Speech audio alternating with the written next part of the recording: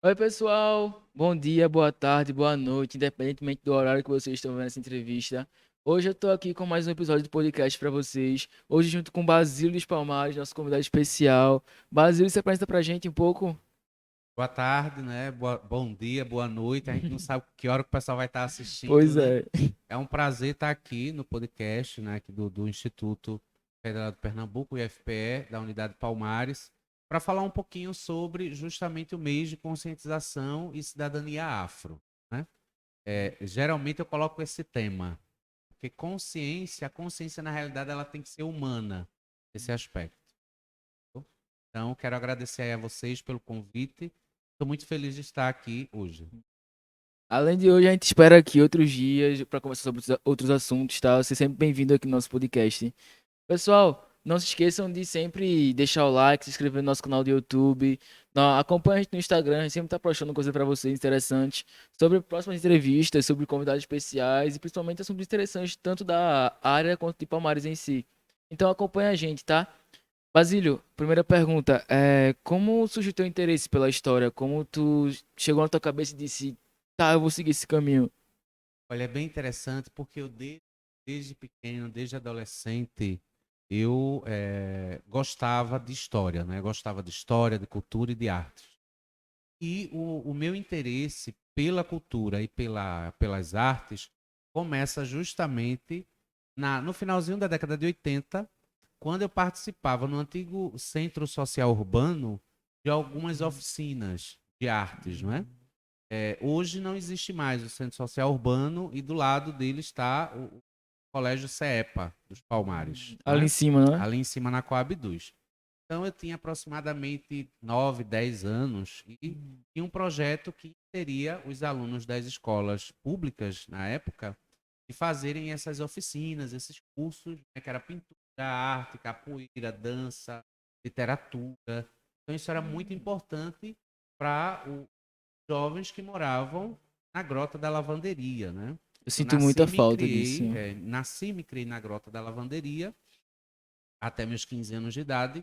Então, aquilo passou, eu comecei a ter esse feeling de gostar tanto da história quanto das artes através das oficinas do Centro Social Urbano, né? Que hoje, infelizmente, não existe mais. Então, a partir dali, começou esse meu e também na época, hoje nós temos a tecnologia, não é? Na minha época, eu não sou tão velho assim, mas na minha época não existia celular, não existia nada disso. Então, onde que a gente ia fazer pesquisa? Na Biblioteca Pública dos Palmares, Livro por livro. né? Livro por livro, nós tínhamos que escrever, né? Eu aproveitava para ganhar dinheiro dos meus colegas, colocando outra caligrafia para fazer os trabalhos deles na Quem época, nunca, né? Quem né? nunca? E era bem remunerado na época, né? Então, assim, a partir daquele momento, esse meu interesse pela história, pela cultura e pelas artes palmares, sem saber da minha ancestralidade, né? Eu era filho, né, neto, bisneto de indígenas e de negros escravizados, né? Da Como, região de Garanhuns. como que tu descobriu tua A minha ancestralidade? ancestralidade, né? Eu sou muito curioso. Então eu comecei a perguntar, comecei a procurar saber, conhecer da minha mãe, do meu pai, né, quem eram os meus avós maternos e quem eram os meus avós paternos, né? A minha mãe ela é originária de Palmeira dos Índios, Alagoas, e ela foi criada pela avó dela, que era indígena. E meu pai, da região de Garanhuns, né? E a ancestralidade dele era africana, vinda de Minas Gerais, no início do século XIX, e aí passa por Bahia e vem chegar no sertão de Pernambuco, depois migra para o Agreste, onde nasce o meu pai, ali na região de Tô Garanhuns, entendendo. né? Então, essa curiosidade de querer saber da história, de querer vivenciar a cultura, as artes, para mim, desde a minha infância, foi muito importante. Tô entendendo. Eu sempre tive muita curiosidade sobre árvore genealógica, sobre tudo da minha família em si. Tudo que eu sei da minha família é meu sobrenome, que é Alencar, Sim. só. E que existem vários membros da minha família que estão espalhados pelo Brasil, que a gente veio de Portugal. E Sim. isso é algo muito interessante que eu recomendo até vocês. Sempre que vocês tiverem dúvidas sobre a família de vocês, perguntem. Saibam de onde seus avós vieram, saibam de onde suas avós vieram. Isso é muito importante para vocês entenderem muito mais sobre si, entenderem de onde vocês vieram, entende, pessoal? Isso é muito importante. Basílio, conta pra gente como foi entrar na história, assim, como que, por exemplo. Eu sei que tu se interessou desde o começo sobre isso, Sim. mas tua carreira profissional, assim, na história.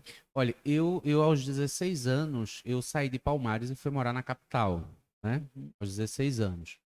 Então, passei quase 2 anos na capital, Em Recife, trabalhando né? no Recife, né? E depois eu retorno a Palmares, fico um tempo aqui ainda e vou e me mudo para São Paulo, Fosse pra né? São Paulo? Fui para São Hum, Paulo, né? Morei no estado de São Paulo cerca de 12 anos. E lá, eu sempre lembrava de Palmares, né? Sempre sentia é saudades nossa terra, né? da terra, não é? Porque o seu lugar, ele não é igual em outro, qualquer lugar que você estiver, não é igual a mesma coisa Uhum. do que a sua terra natal, né? Então você vai sentir falta dos amigos. E eu sempre procurava saber o que estava acontecendo aqui na cidade, qual eram projetos, né? Hum, Na época de cultura, de artes, e aquilo me atraía. Eu vim algumas vezes, voltei algumas vezes a Palmares a visita, né? E nesse íntere que eu estava morando já na capital, já na cidade de São Paulo, morei em Campinas também, o interior, e em Campinas eu tinha muito acesso à cultura, né? hum. Muito acesso à arte, à cultura, a cinema, a teatro. E lá em Campinas eu cheguei até a escrever um jornal, na época chamado Breve Notícia, era um jornalzinho Ah, informativo, né? uhum. E eu distribuía nas ruas da cidade, Uhum. a respeito de Campinas, Tô né? entendendo. Então, quando eu fazia as minhas pesquisas, eu descobria coisas de Palmares, coisas de Pernambuco, e aquilo ficava guardado, né? Uma hora eu volto a Uma Palmares hora eu e vou volto. escrever sobre a cidade, né? Vou trabalhar na cultura, vou trabalhar com as artes, para que eu Uhum. possa desenvolver cada vez mais o meu município. Passado um tempo, eu fui, né, resolvi morar em Buenos Aires, Argentina. Fosse pra Argentina Fui também. para a Argentina. Pra Argentina, sempre assim, aquela coisa de querer vivenciar, querer Uhum. conhecer, querer saber. E comprei a passagem, terminal do Tietê, organizei minhas coisas e fui embora, né? Sem saber espanhol, sem saber nada da cultura, Ficasse quanto tempo por né? lá? Eu morei 4 anos em Buenos Aires, né? Depois eu fui para o Chile, depois eu voltei para a Argentina, Uhum. fui para o Uruguai, que é do outro lado, trabalhando, morando e vivenciando a Uhum. cultura desses Você países, né? juntou muitas vivências de vários países, Muitas então. vivências. Quando eu cheguei em Buenos Aires, eu fui morar num hostel. Então, no hostel, você que é pensão, né, o Uhum. pensionato, você acaba conhecendo pessoas do mundo todo. Culturas diferentes, modos diferentes. E Buenos Aires, a capital, é uma cidade muito cultural. Então, você passa a vivenciar toda essa cultura e a querer trazer também para onde você Uhum. nasceu, né? As suas Eu origens, imagino não é? isso. E assim, é uma capital que não dorme, né? 24 horas. Você tem ruas, Hum. só existem teatros. Só tem teatros e cinema. Então o teatro funciona Que 24 horas, legal. né? A capital Buenos Aires não dorme, né? É como São Paulo. São Uhum. Paulo é uma capital que não dorme, literalmente. Então tudo isso, essa gama de experiência, de cultura, eu trabalhei muito com políticas públicas afirmativas para as minorias, que a gente diz minorias que não são minorias. Em Buenos Aires procurei aprender e estudar a respeito dos povos indígenas e dos povos negros. Por que Buenos Uhum. Aires? Porque a Argentina não tinha pessoas negras, não é? E não tem até hoje mais, Mas, devido às guerras, devido às devido guerras. às guerras, não é? E aí eu fui descobrindo tudo isso e ficando triste, porque a população negra, ela sempre vem para acrescentar, né? Para fazer, para realizar. Então, por que não se tinha isso? Então, toda essa experiência, toda essa gama de experiência que eu tive em Aires, né? Tive em São Paulo, e o meu retorno em 2010 para Palmares, para minha terra natal, eu quis começar a trabalhar nessa área. Vim como Uhum. professor da língua espanhola, porque eu me formei na UBA, na Universidade de Buenos Aires, né? E me especializei na língua espanhola. Lá eu dava aula da língua portuguesa, né? Da língua português. E aí, aqui eu comecei a dar aula na língua espanhola. Ah, eles têm aula de português? Tem também. Eles querem aprender a língua portuguesa, Tô né? entendendo. Então, acontecia tudo isso. E quando eu chego em 2010, eu me deparo com a cidade destruída, porque a cheia foi É, na eu sexta, ia dia falar isso 18, agora. né? Aham. E eu cheguei na terça da outra semana e a cidade estava embaixo d'água, basicamente, né? Uhum. Então, mas o palmarense é muito aguerrido e aí em pouco tempo a gente já tinha organizado tudo, Já como já tava estava tudo novo. funcionando, já estava tudo caminhando como sempre, né? Então, essa é um pouco da minha história, né? Tô Vindo para entendendo. cá. Sempre falou muito de Palmares, Palmares é a nossa terra, Palmares é a tua terra de coração. Explica pra gente, o nome Palmares tem a ver com quilombo mesmo? Olha, Palmares vem justamente das palmeiras, entendeu? Uhum. Vem justamente das palmeiras. Quando os negros eles começam a fugir do litoral com a ajuda Uhum. dos indígenas caetés que aqui Uhum. viviam, né? E conheciam muito bem a região, Uhum. conheciam muito bem o interior da capitania de Pernambuco, eles começam a adentrar através do rio Una. Passavam por Palmares, onde hoje está a cidade dos Uhum. Palmares, né? E aí seguiam até o Catendê, da cidade de Uhum. Catende, que eles chamavam de Catendê, que era uma divindade africana, não é uma divindade africana, Catendê, Catende vem de de Catende. Catendê, é. Hum. E aí, na religiosidade afro, tanto brasileira quanto africana, é o orixá Ossan ou Agué, que é o orixá das Hum. folhas, das ervas, da saúde, da cura, entendeu? Então eles seguiam a partir do Catendê, subindo o rio Pirangi até Hum. a região dos Garanhuns, que é outro nome também dado, né, seria, na tradução, é lugar de negros, terra de negros, né? Tô entendendo. E dali eles iam até para a Serra da Barriga. Então, assim, toda essa região de Palmeiras, né, e esse território que eles conseguem criar, esse território de 200 quilômetros quadrados, que desde o Cabo de Santo Agostinho até um pouco mais para Que lá da era Serra da região de Barriga. quilombo, não é? Isso, que era conhecido como a República Livre dos Palmares. Tô entendendo. Justamente, e eles eram conhecidos também como palmarenses ou palmarinhos na época. Uhum. Isso 1580, 1600, Uhum. entendeu? E nós temos, segundo as novas cartas cartográficas, nós tínhamos aqui, e hoje está o Quilombo 2 e o Quilombo 3, o Mucambo de Acoinene, que era A Coinene. Acoinene, que era uma mulher guerreira de quase 2 metros de altura, e avó de Zumbi dos Palmares, ela E a era tia-avó avó. dele. Uhum. E aí ela é morta em batalha, e de onde ela vem, da região da África que ela vem, as mulheres eram guerreiras. E aí constroem esse mucambo ali naquele morro, que você nota que dali de cima você vê todo o entorno ali de cima, onde está o Quilombo 3, parte mais alta do Quilombo. E eles constroem esse mucambo, a Coitene, dão o nome dela Uhum. para o mucambo, em 1670.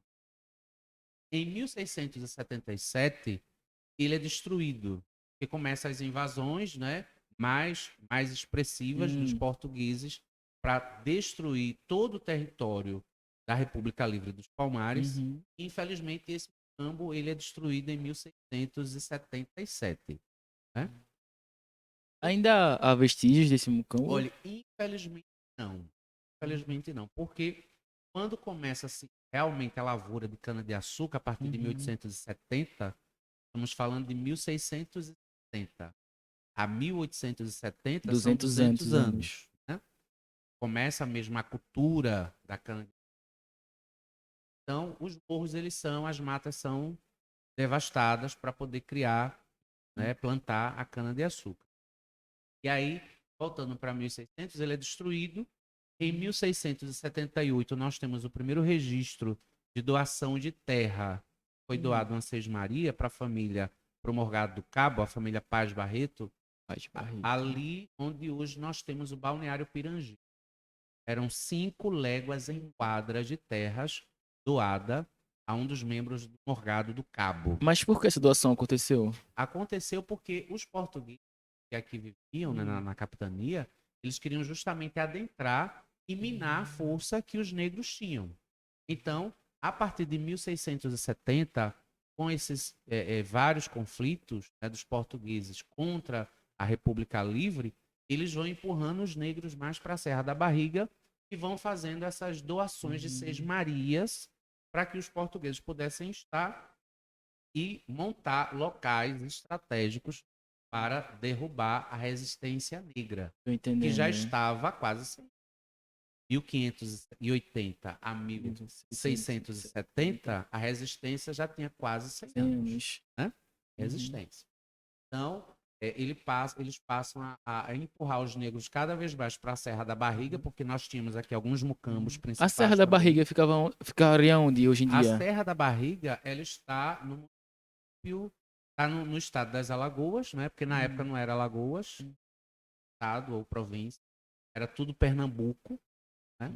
E aí, com as revoluções pernambucanas que vão acontecendo ao longo das décadas, Pernambuco vai sofrendo, vai sendo penalizado e vai perdendo território. Eu costumo dizer Né? que Pernambuco sempre foi bem rebelde. Não, sempre foi, até hoje é rebelde, né? Até hoje nós, principalmente o palmarense, né? E principalmente o palmarense. O palmarense, ele é muito briguento, né? Porque em todas essas lutas que nós tivemos, como a Guerra dos Cabanos, a Revolução Praíra, o povo que aqui vivia, o palmarense, também entrava nessas guerras, nessas lutas, né? Então, a história do Quilombo, ela é muito importante, principalmente para nós hoje, não é? Descendentes de pessoas escravizadas, independente da nossa religiosidade, independente da crença, né? Porque uma coisa é religiosidade, outra coisa é espiritualidade.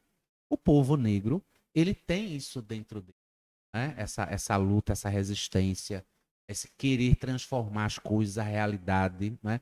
E tudo começa pela educação. Tudo começa pela educação.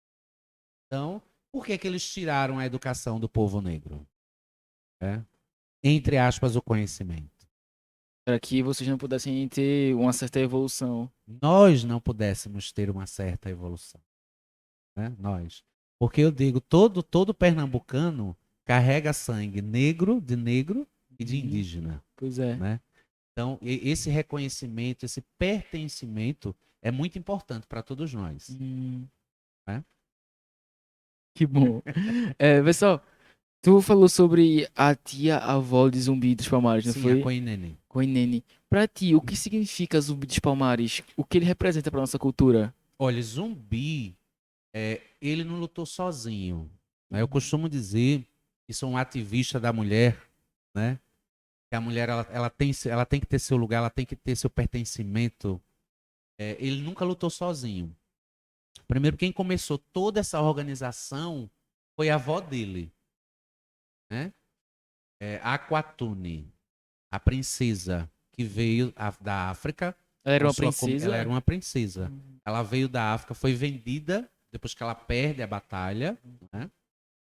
E aí ela é vendida justamente para cá, para Pernambuco. Ela com a comitiva dela. São divididos ali, ela vem justamente para Pernambuco. Quando ela chega no litoral, e os negros a reconhecem como princesa, então eles começam um projeto de libertação. E aí ela é libertada, né? Ela foge, né? E aí ela vem, passa por onde hoje está Palmares, que era a rota de fuga dos negros, né? Tanto do litoral sul quanto do litoral norte. Sempre passava por aqui, por Palmares, né? E a Coutune, ela passa por Palmares também, né? E aí ela vai, e ela que organiza, administrativamente falando, a Serra da Barriga. Tô entendendo. Porque já existia a Serra da Barriga, já existia o Quilombo, mas não era algo organizado. Então ela, por fazer parte da linhagem real, ela passa a administrar, a organizar a administração, né? Aí ela tem os filhos dela, ela tem a mãe de Zumbi, ela tem o tio de Zumbi, que é Ganga Zumba, né? ela tem outros filhos. Esse reconhecimento que as pessoas tiveram com ela, já sabendo que ela era princesa, aconteceu por já conhecerem ela ou por outra coisa? Porque, assim, o africano, ele tem uma frase muito interessante que é assim, Ubuntu, né? Eu existo porque nós existimos. Eu sou porque nós somos, não é? Então, o negro africano, ele reconhece o outro, né? Ele reconhece o valor do outro, né? Porque a África não é só o Egito. O Egito faz parte da África, Uhum. está na África, né?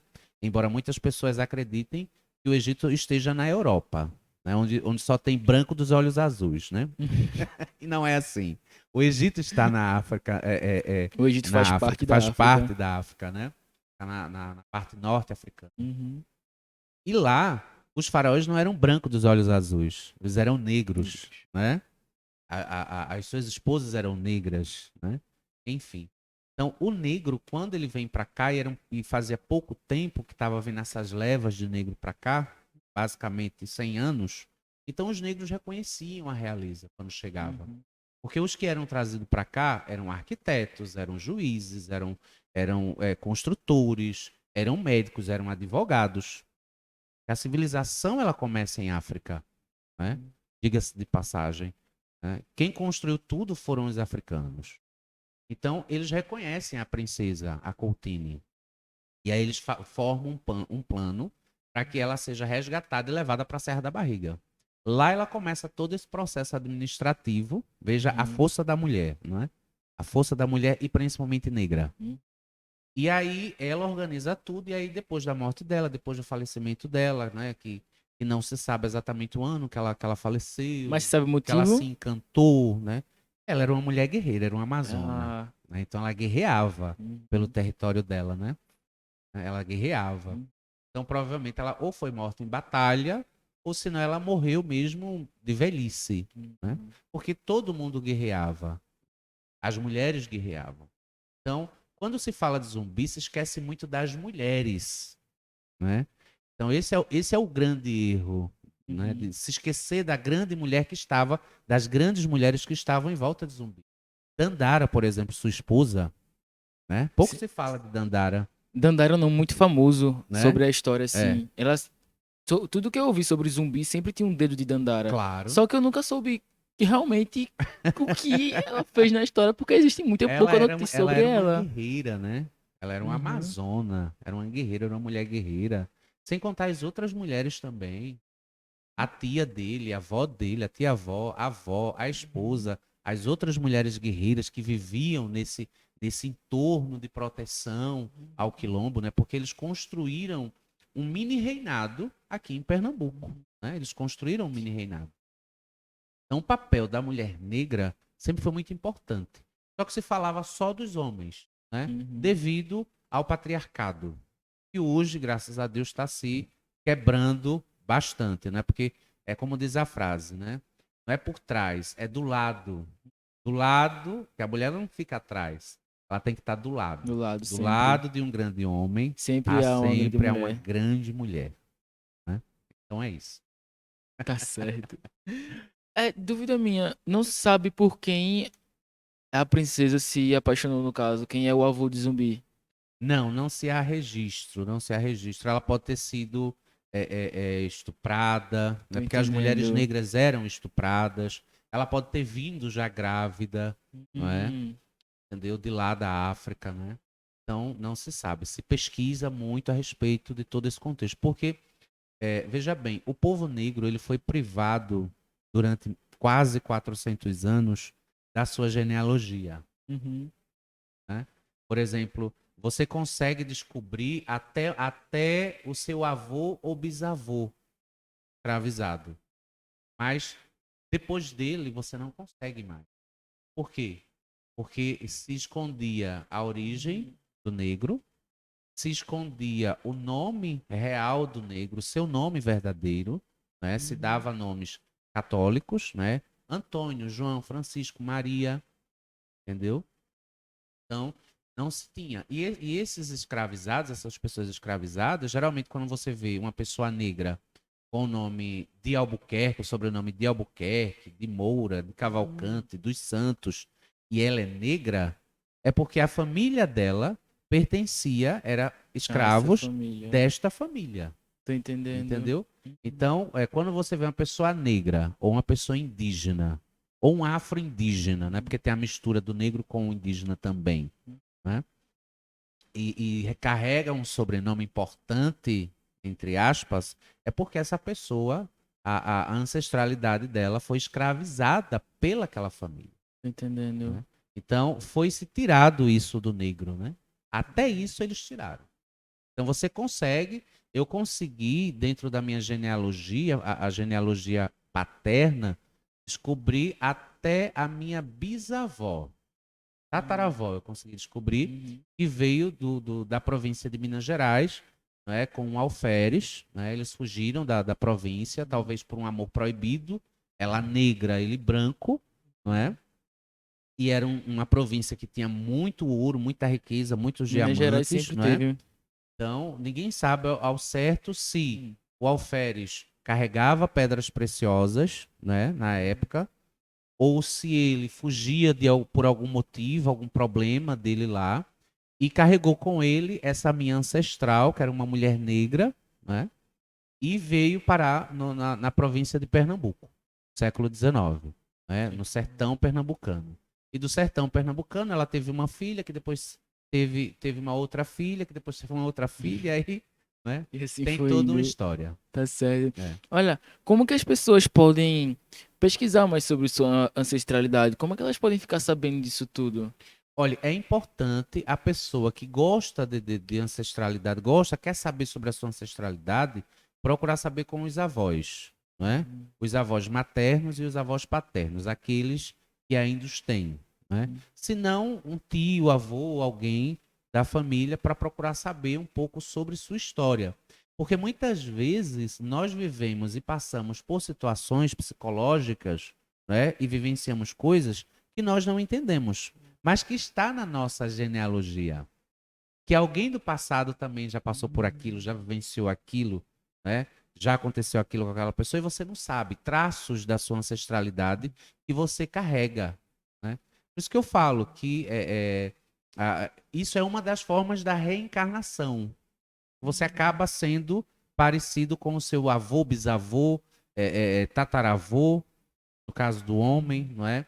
Você tendo traços e costumes e coisas da sua tataravó, você não sabe se eles tinham um problema com depressão, problemas com ansiedade, se eram pessoas que foram violentadas, não é? Que muitas foram violentadas e tiveram algum trauma, e esse trauma vai passando de geração em geração, entendeu? Então, é importantíssimo. A cultura africana, não é? O respeito à sua ancestralidade é muito grande. E isso está no Brasil também, né? Que foi trazido com os negros escravizados para cá, né? O respeito pela família, né? A consideração, querer saber, querer entender sobre a sua ancestralidade, o culto à sua ancestralidade, não a adoração, o culto à sua ancestralidade, que é importante para o africano, entendeu tudo isso, né? E procurar entender, né? Sobre você, sobre a pessoa que você é, sobre o que você sente hoje, entendeu? Uhum. Eu acredito muito nisso de que sentimentos e traumas podem ser passados de uma hora para outra, de uma hora para outra, não, de uma geração para geração. Sim, sim, Como, com por certeza. exemplo, a gente tem os primeiros homens que tinham medo do escuro, medo de tais coisas. E isso claramente é passado pra gente. Todo Claro, humano claro. nasce com medo do É. escuro, entendeu? Então eu Uhum. acredito muito que, por exemplo, se minha tataravó tinha tal sentimento em relação a isso, eu claramente posso ter aquilo ou não, entendeu? É, como as pessoas escravizadas, então libertas, influenciaram a formação social e cultural na região da Mata Sul. Olha, os escravizados, eles influenciaram em tudo, desde a época que eles estavam escravizados, não é, até sua libertação, entre aspas, não é? Não teve libertação, né, na Uhum. realidade, né? Só se saiu de um quadro para o outro quadro. E talvez pior, né? Do que eles viviam. Desde o início, o negro ele impunha, né? Ele foi oprimido, ele foi marginalizado, ele foi discriminado. Então, o que é que acontece? A cultura negra, ela permaneceu viva através dessa resistência. Mesmo que hoje, não é? Uma pessoa negra, ela não vivencie a cultura afro, mas ela carrega dentro de si todo um histórico, não é? Por exemplo, o negro influenciou na nossa comida, na nossa alimentação, influenciou nas nossas vestimentas, influenciou na nossa cultura musical, né? Porque tudo que envolve dentro, eu falo dentro da realidade brasileira no aspecto musical, começa com os negros, são com os brancos. Como? Pixinguinha? Também, né? Pixinguinha, ele usou um personagem importantíssimo da nossa Uhum. história musical, né, do século XX, né? Mas desde dos séculos passados que o negro ele ia influenciando, né? Eles não podiam cultuar seus deuses, né?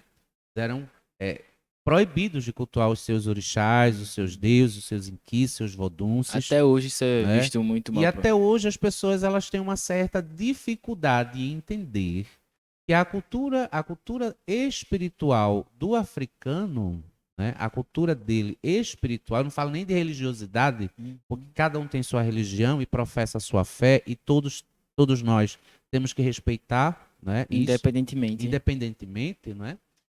Mas o negro, né? Tem até uma canção de Maria Bethânia que diz assim: quando os europeus eles chegaram na África, eles não entenderam, né, que a música era muito importante para o africano, né? Era a língua materna de Deus. Então, Deus para o africano gostava, né, da dança, da música, do batuque, do som. Era como se fosse algo que aliviasse o estresse, Tanto digamos assim. que, por exemplo, na capoeira, que é algo Isso, que veio dos negros, sim. aí tem muito disso da música, do batuque e Claro, tudo. né?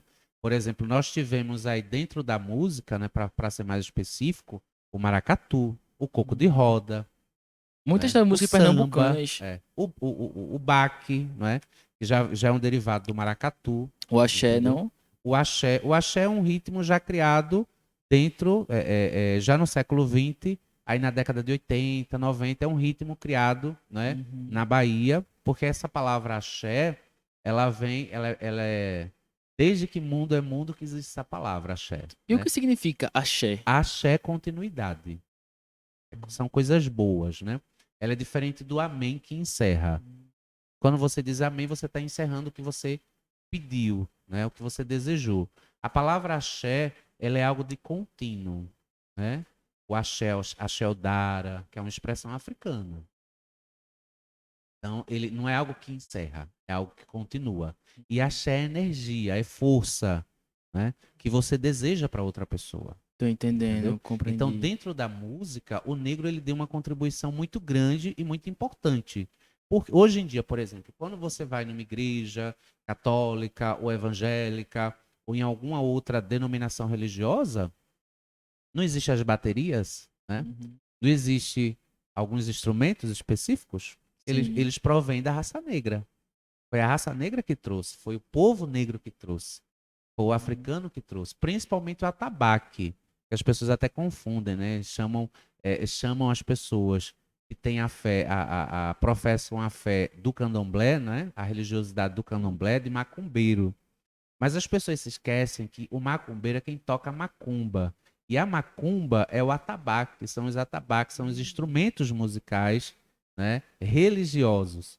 Então eu, por exemplo, que faço parte do candomblé, sou filho de santo de pai Israel, do terreiro dos Palmares, que existe aqui há mais de 40 anos já, né? Quando as pessoas me chamam de macumbeiro, eu acho até engraçado, né? Ai, meu Deus, eu queria tanto aprender a tocar uma macumba, né? Mas não sou macumbeiro porque não toco. Nós chamamos quem toca os instrumentos de ogãs, né? Que existe uma classificação, entendeu? Então, assim, a cultura africana na comida, a cultura africana na vestimenta, não é? Aqui o negro, até a vestimenta, ele era negado de usar. Então ele usava trapos, farrapos, né? Eles usavam aqui porque eles não tinham condições de comprar tecido, de comprar roupas novas, como o branco, o seu senhor, o seu senhorio, tinham, né? Então eles usavam o que podiam usar. Então você vê o negro até a década de 30, mais ou menos, com aquela problemática de roupa, 40, 50. Hoje não. Hoje você vai numa loja de R$ 10, você compra o que você quer. De É. 13, de 15, de 20, de 30. Mas até a década de 80, você comprar roupa era muito custoso. Era Uhum. caro, né? Roupa, sapato, essas coisas. Entendeu? Muito pela carestia do momento mesmo.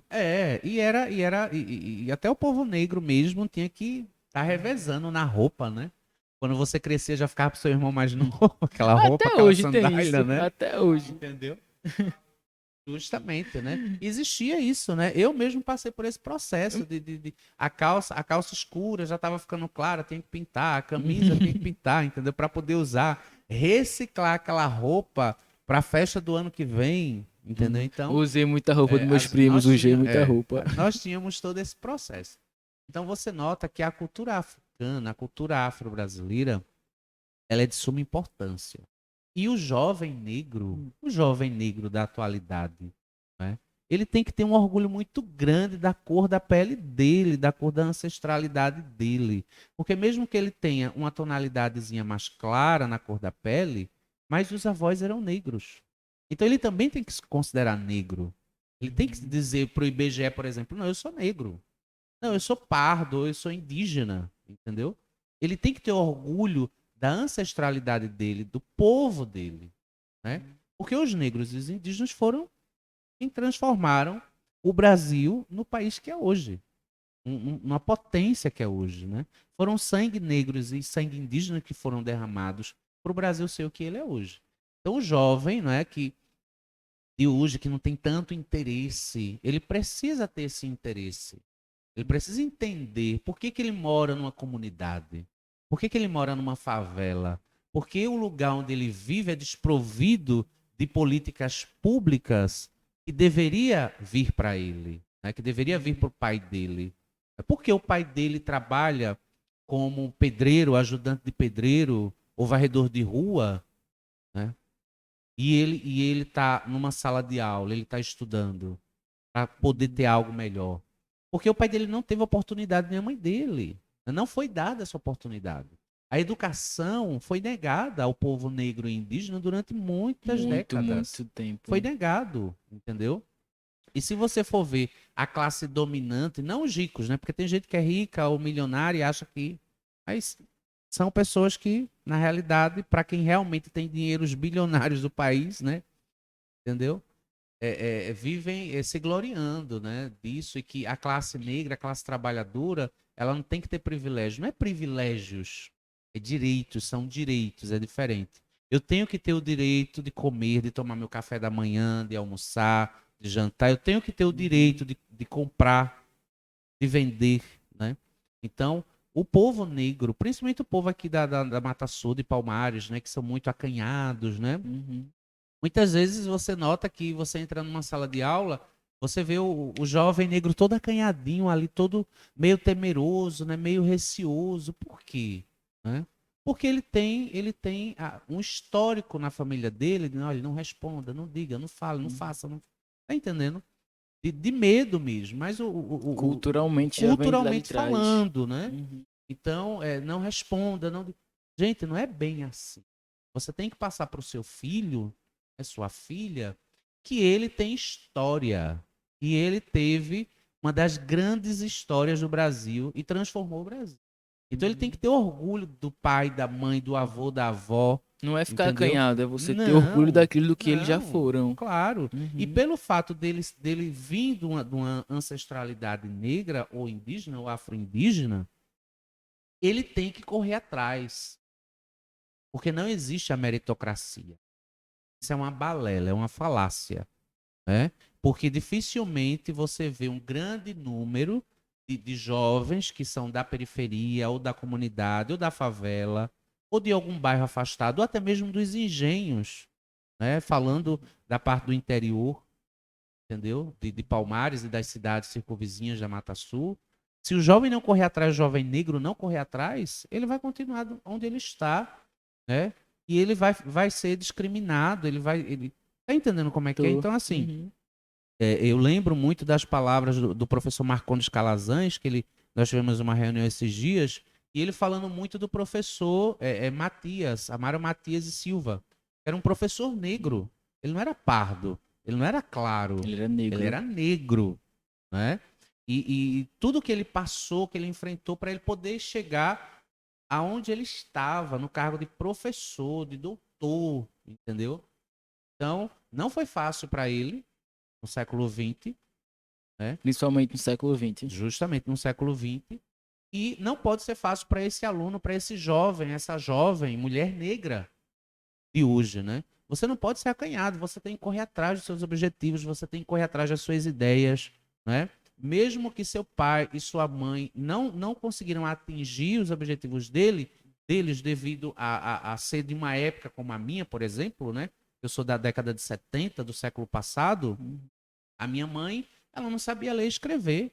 Né? Meu pai também não, mal sabia assinar o nome. Por quê? Porque eles não tiveram tempo de ir para uma sala de aula. Não foi Porque dada a ele essa minha mãe oportunidade, foi né? privada disso, meu pai foi privado disso. Por quê? Porque eles tinham que trabalhar desde cedo. Ou você trabalhava ou você estudava para você poder ajudar dentro de casa. Entendeu? Então, essa geração de hoje, os pais sofreram e os avós sofreram. Então, hoje você não pode estar relaxadinho em casa, tomando um suquinho e esperando as coisas caírem do céu para que você possa ter dinheiro ou para que você possa ter um reconhecimento, principalmente se você é negro. Você não tem que estar parado em casa. Você tem que estar correndo atrás, né? Você tem que mostrar para as pessoas que não existe Meritocracia. é uma palavra horrível, principalmente eu que falo espanhol, às vezes me embambando todinho. Então você não tem que estar parado esperando acontecer, ou esperando ganhar na Mega Sena, ou esperando ganhar um dinheiro no jogo do bicho. Você tem que correr atrás. E como é que você vai correr atrás? Educação. A educação, ela transforma qualquer lugar, né? Qualquer pessoa, qualquer município, qualquer estado, né? Através da educação. E o negro, ele foi privado. Mesmo ele tendo toda essa gama de cultura. Ele foi privado da educação. Né? Ele foi privado da terra, ele foi privado do alimento que ele mesmo cultivava. Entendeu? Para ele poder ganhar algum dinheiro, algumas patacas no século XIX, ele tinha que ser alugado, porque se alugava o negro. Né? Tinha várias modalidades do senhorio ganhar dinheiro. Não era só a palha da cana. Tinha o Uhum. negro doméstico, tinha o negro que carregava água para vender, tinha a negra que vendia seus quitutes e tinha que dar uma parte para o seu senhorio, né? Mesmo que fossem todos os trabalhos deles, eles teriam que dar uma parte. Porque quem fazia todo o trabalho braçal era o povo negro e indígena. Não posso esquecer dos indígenas. Né? Nunca, jamais. O povo indígena deu uma contribuição muito grande para o Brasil. Não só o povo negro. Né?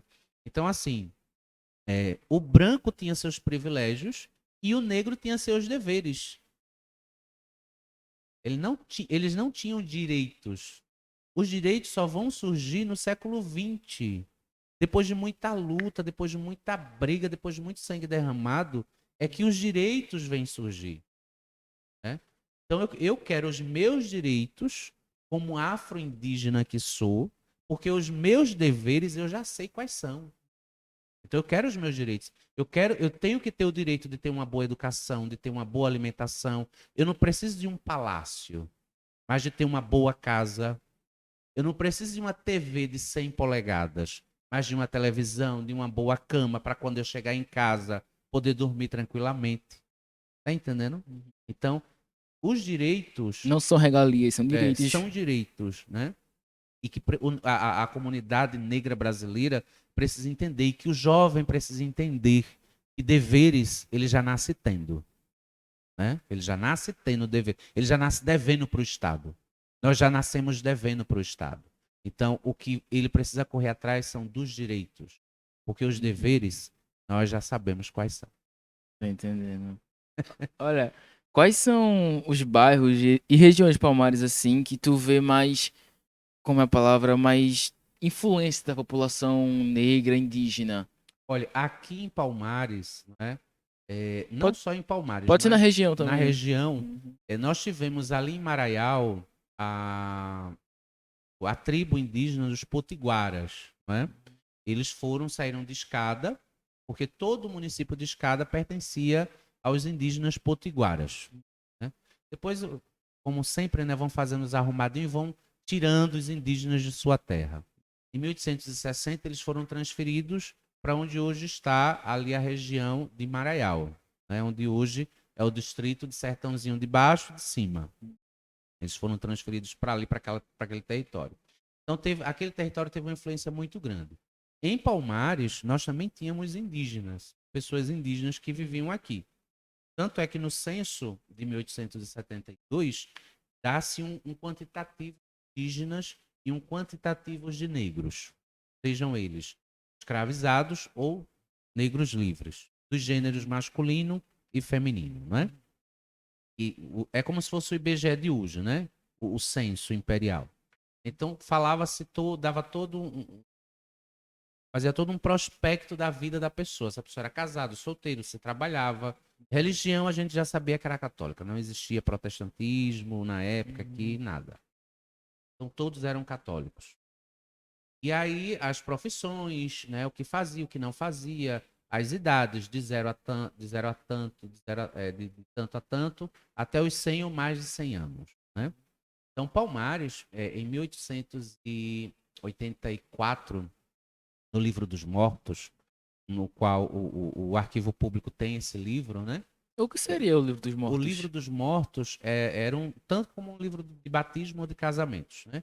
Quando você morria, então, a igreja não existia cartório, né, na época, então tudo era anotado através da igreja, né?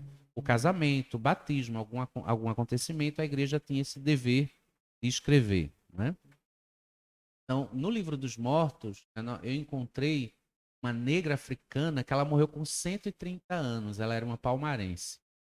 Ela falece em 1884, com 130 anos de existência, né? Então, se ela faleceu em 1884, ela nasceu em 1750 e pouco. Ela nasceu no século XVII. Foi escravizada e trazida para a cidade de Palmares. E aqui viveu toda a sua vida até o falecimento aos 130 anos, em 1884. Né? Então, assim, o negro em Palmares, ele foi muito domesticado. Ele foi muito domesticado.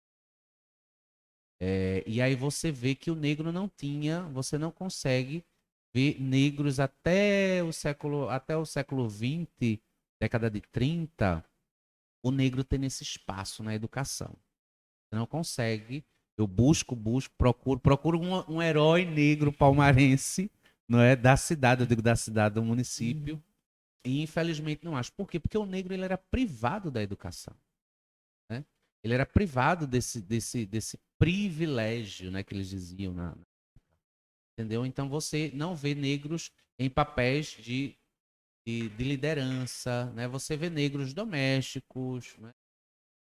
A mulher negra naquela época servia para isso, né? Para o serviço doméstico, para a procriação, né? Para poder dar filhos ao seu senhor, para que ele pudesse pegar essa criança. Porque existia a lei do ventre livre, mas que ela não era usada, né?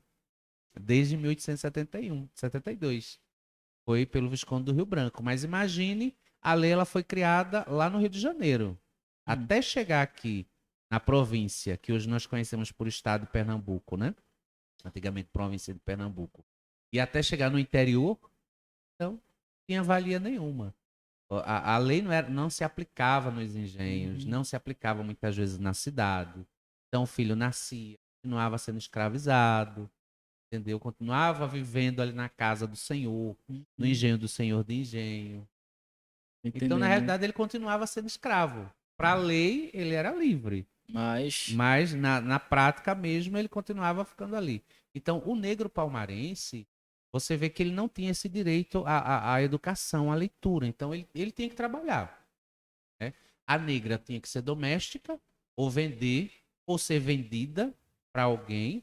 O negro tinha que carregar água, tinha que limpar a casa, tinha que cuidar Fazer o trabalho o braçal. trabalho braçal, né? Muitas vezes a mulher negra também era colocada até como forma de punição, né?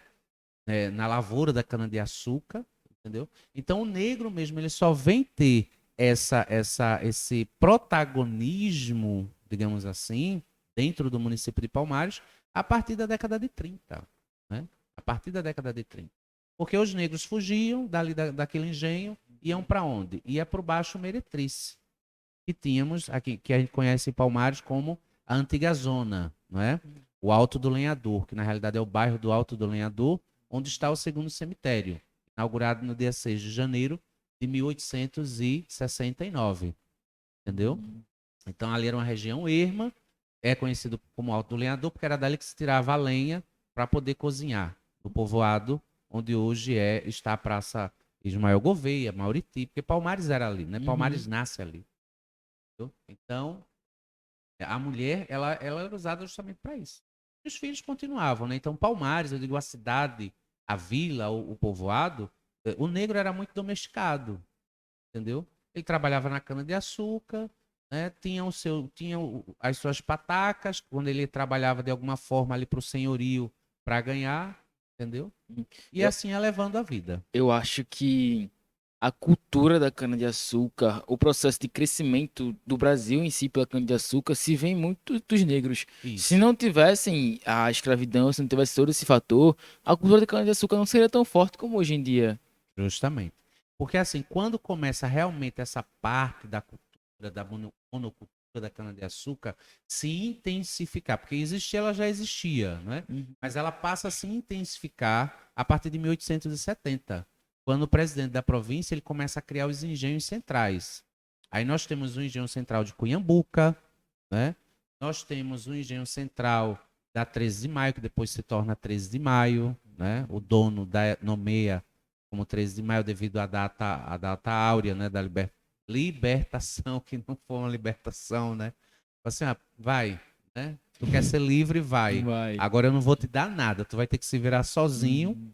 e da forma do embranquecimento, né? Porque daí eles começam a trazer europeus para cá, que eram europeus pobres, não eram europeus ricos, não era italiano rico, espanhol rico, fulano, não, eram pessoas pobres, humildes da Europa que vinham para cá e aqui eles ganhavam terra, ganhavam isso, ganhavam aquilo, né? Para que o Brasil pudesse estar bem na fita europeia, né, como um país civilizado, eles jogaram os negros, escantearam os negros lá para os morros, né? Hoje nós sabemos que tem comunidades, né? Criadas comunidades através de e começaram a tentar embranquecer. Mas o negro ele é muito resistente. Até nessa tentativa de embranquecer, ele aparece como um personagem principal, né? É muito importante. Tô entendendo. Me diz, como que a educação pode colaborar para a preservação e divulgação dessa história? Como a gente pode preservar isso e divulgar para os nossos próximos filhos, para tudo? Olha, eu acredito no seguinte: independentemente, Hum. né, da sua cor de pele, né, nós sabemos que no Brasil e até mesmo em Palmares, o quantitativo é maior das pessoas negras, pretas ou pardas, entendeu? Até mesmo no nosso município, o quantitativo é maior, né?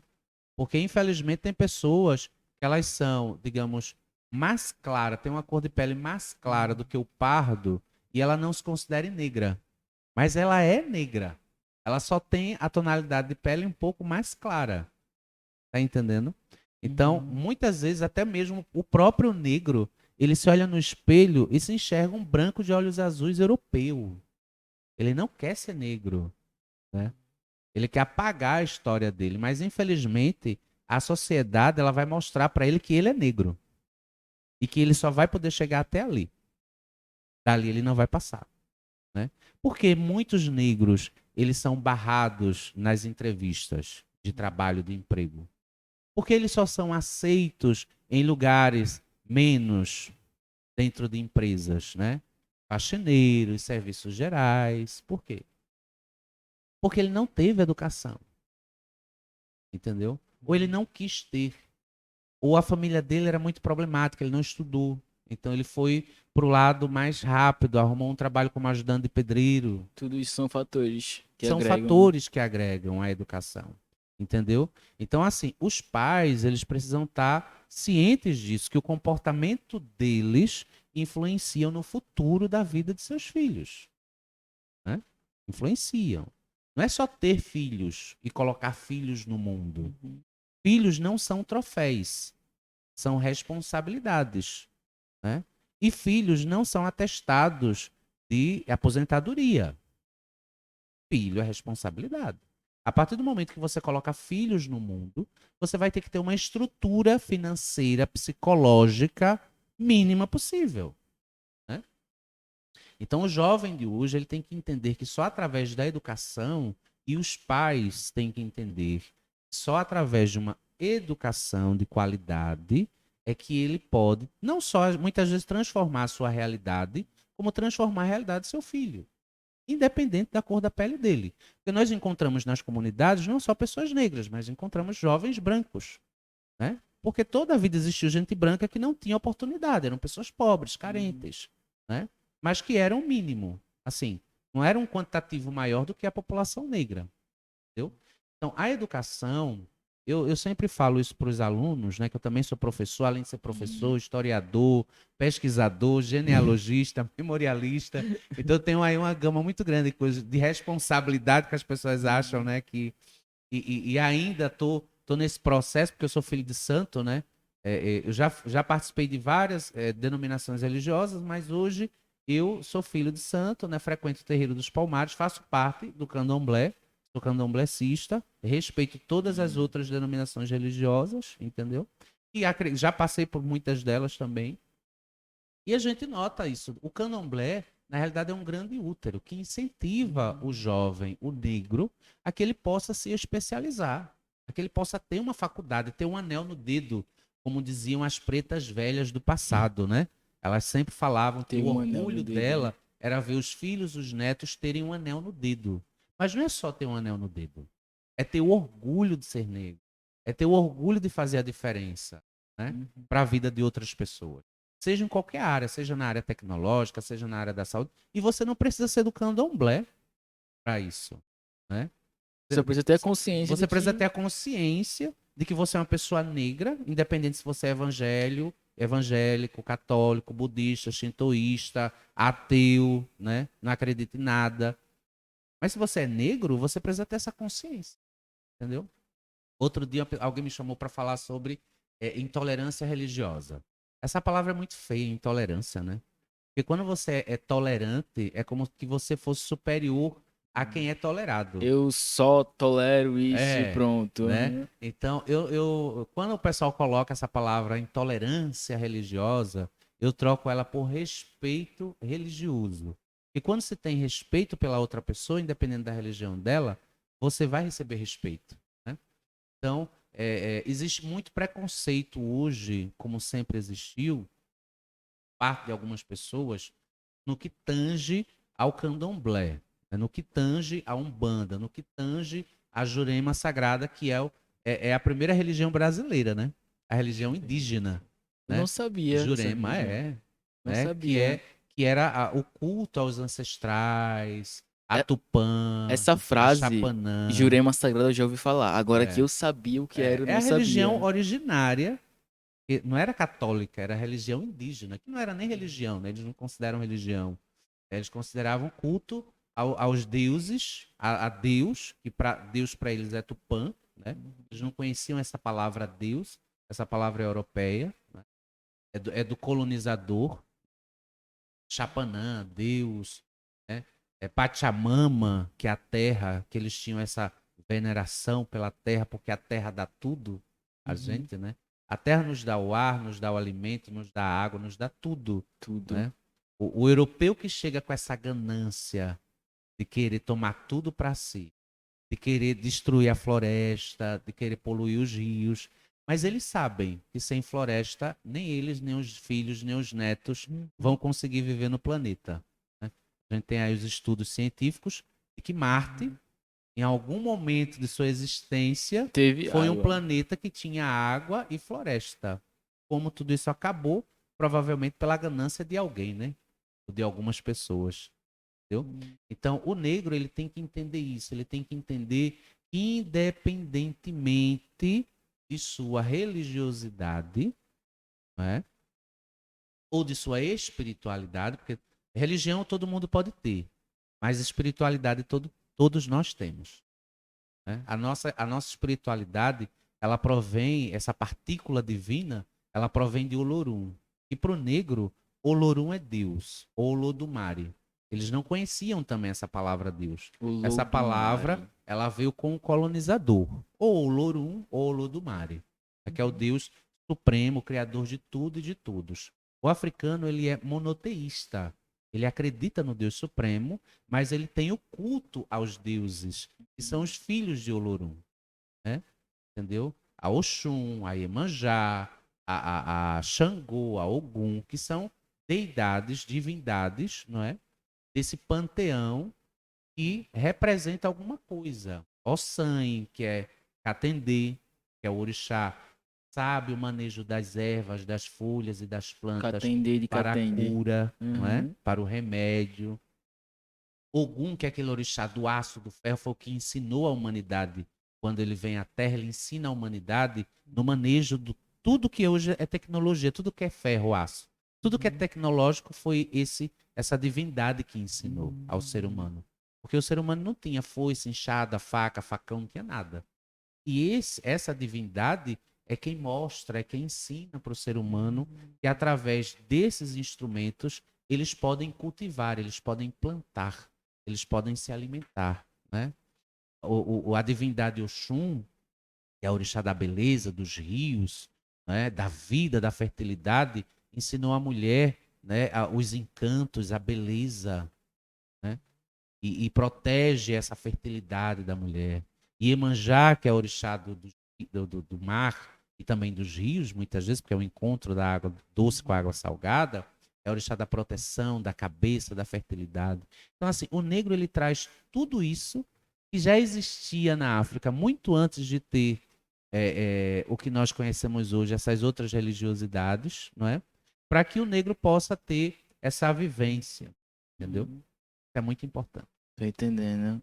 Sobre a fundação da casa Hermílio Boa Filho, qual a importância dela para a preservação da memória e das tradições culturais aqui na nossa região? Olha, a importância da Fundação Casa da Cultura Hermílio Borba Filho, ela vem justamente, né, do final de um processo de jovens palmarenses, né, descendentes também de escravizados, de pessoas escravizadas, né, o fundador da Casa da Cultura, Hermílio Borba Filho, o Juarez Correia, ele vem desse processo afro-indígena também, e Palmares estava saindo de uma ditadura militar complicada, né? A ditadura militar no Brasil atrasa o Brasil 50 anos, em todos os aspectos.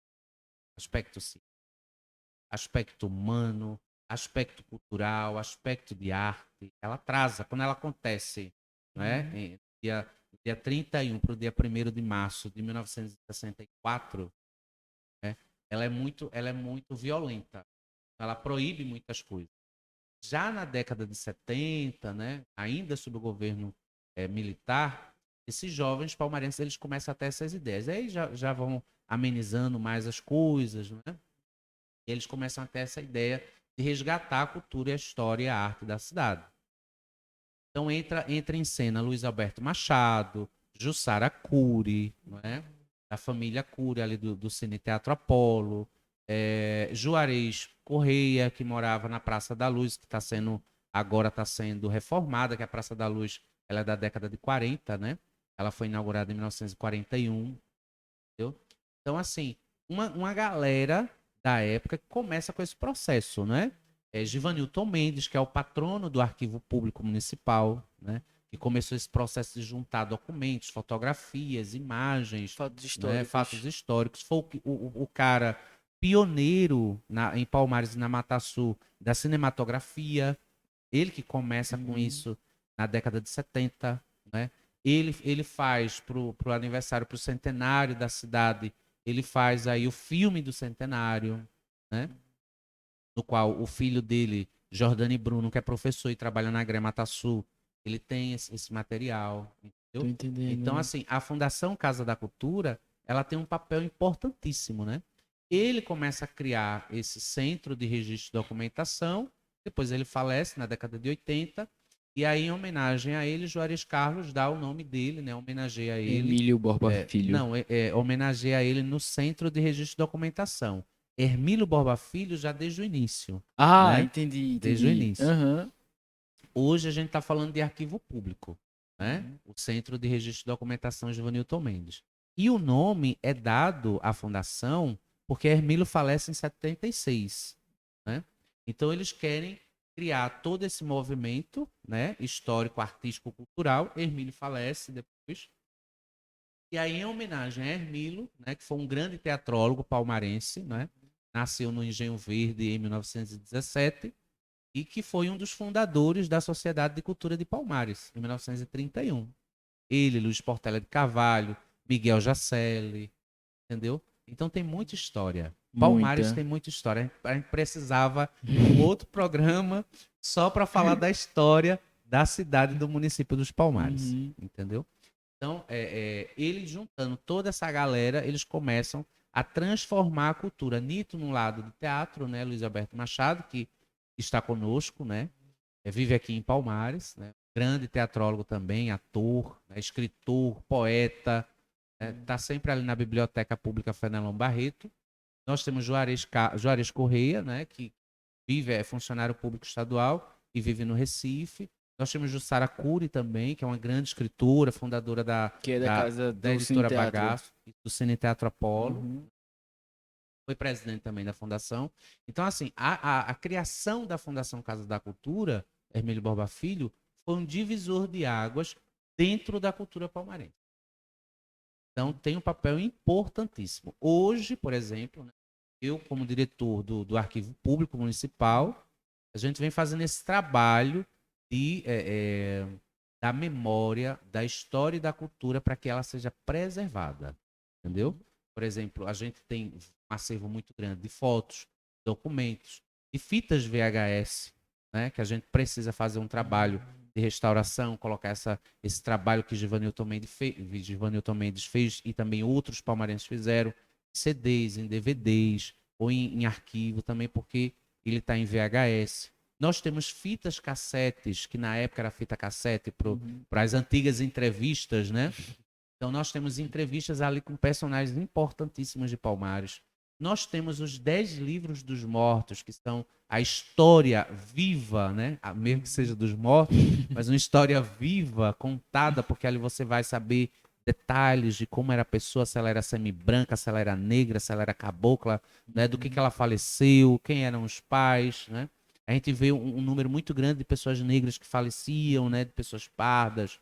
Não tinha cuidado, né? Não tinha uma boa alimentação. Então, para historiadores, para pessoas que gostam da história, é muito importante essa. Curiosidade minha, o livro dos mortos, os 10. Sim. Qual o primeiro registro? É de quando? O primeiro registro da freguesia é de Tô 1869, não entendendo. é? Mas a freguesia, antes de ser freguesia, Povoado dos Montes pertencia à Água Preta. Então, os primeiros registros de falecimento, de batismo e casamento se dá já a partir de 1864, quando a capelinha é inaugurada, e aí acontece o primeiro batismo de duas meninas, né, pardas. Veja, Diga-se. pardas. Diga-se de passagem, Aham. não é? Que aconteceu, a capelinha foi inaugurada com esses dois batismos no dia 2 de fevereiro de 1864. Tô Né? entendendo, compreendi. Bom, eu queria te agradecer por ter vindo aqui hoje, queria agradecer a você por estar aqui hoje com a gente fazendo esse programa. Obrigado. Queria, primeiramente, parabenizar pelo seu trabalho, eu acho isso muito importante, é de Sim. suma importância que a gente entenda tudo isso que acontece com a nossa cultura, com a nossa história. Eu, você pode ter um tempinho para se despedir de quem está assistindo nesse exato momento. Eu gostaria de agradecer, né, a vocês, primeiramente, né, por esse convite. A Deus eu agradeço todo dia, não é? Pelo fato de estar vivo, né, de existir. Mas eu queria agradecer a vocês, né, a equipe do cast, né, do podcast, do Uhum. IFPE, ao pessoal, à direção, né? E queria também dizer o seguinte, é que mesmo as pessoas não entendendo, mesmo o jovem não entendendo, não querendo entender a sua condição da negritude, ele precisa querer entender, porque só assim ele vai mudar a história e a vida dele. Se a partir do momento que ele não tem esse pertencimento, esse conhecimento e reconhecimento, a vida dele fica um pouco difícil, porque ele não tem rumo nem prumo, né?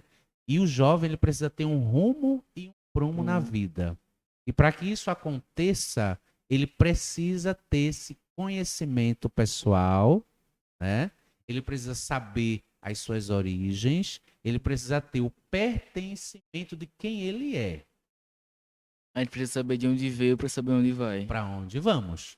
Porque a partir do momento que eu não sei de onde eu vim, eu não vou saber o que é que eu estou fazendo aqui.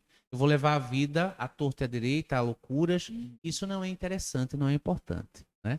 A gente precisa ter conhecimento do passado para saber do futuro, né? Saber do hoje e procurar ter um futuro melhor. Era essa a mensagem que eu gostaria de deixar. E agradecer também, né, ao presidente da Fundação Casa da Cultura por ter me liberado para eu vir dar essa entrevista, né? A gente trabalha muito lá com projetos, com cultura, essas coisas todas. E dizer que sim, existe uma pessoa dentro da Fundação Casa da Cultura Hermílio Borba Filho, que é negra, afro-indígena, do candomblé, e que ama muito a cultura, a arte, né? E a memória de Palmares. Obrigado. Obrigado. Bom, pessoal, essa foi a nossa entrevista de hoje. Mais uma vez, eu queria agradecer a vocês pelo engajamento com a gente. Queria agradecer a você mais uma vez por estar aqui hoje. Não se esqueçam, se inscrevam no canal, deem seu joinha, deem um like também. Eu acho que o nome certo é like, não tem joinha mais não, né? Hoje em dia é like, É né? like, né? É Tudo like. vai mudando, não sei como é que vai ficar daqui a 50 anos. Eu acho que é like. Então, se inscrevam nas nossas redes, sigam ele no Instagram. Como é teu Instagram? Basílio dos Palmares. Basílio dos Palmares, Isso. sigam ele. A gente vai deixar na descrição todos os contatos dele, caso vocês queiram entrar em contato. Muito obrigado, pessoal. Tchau e até mais.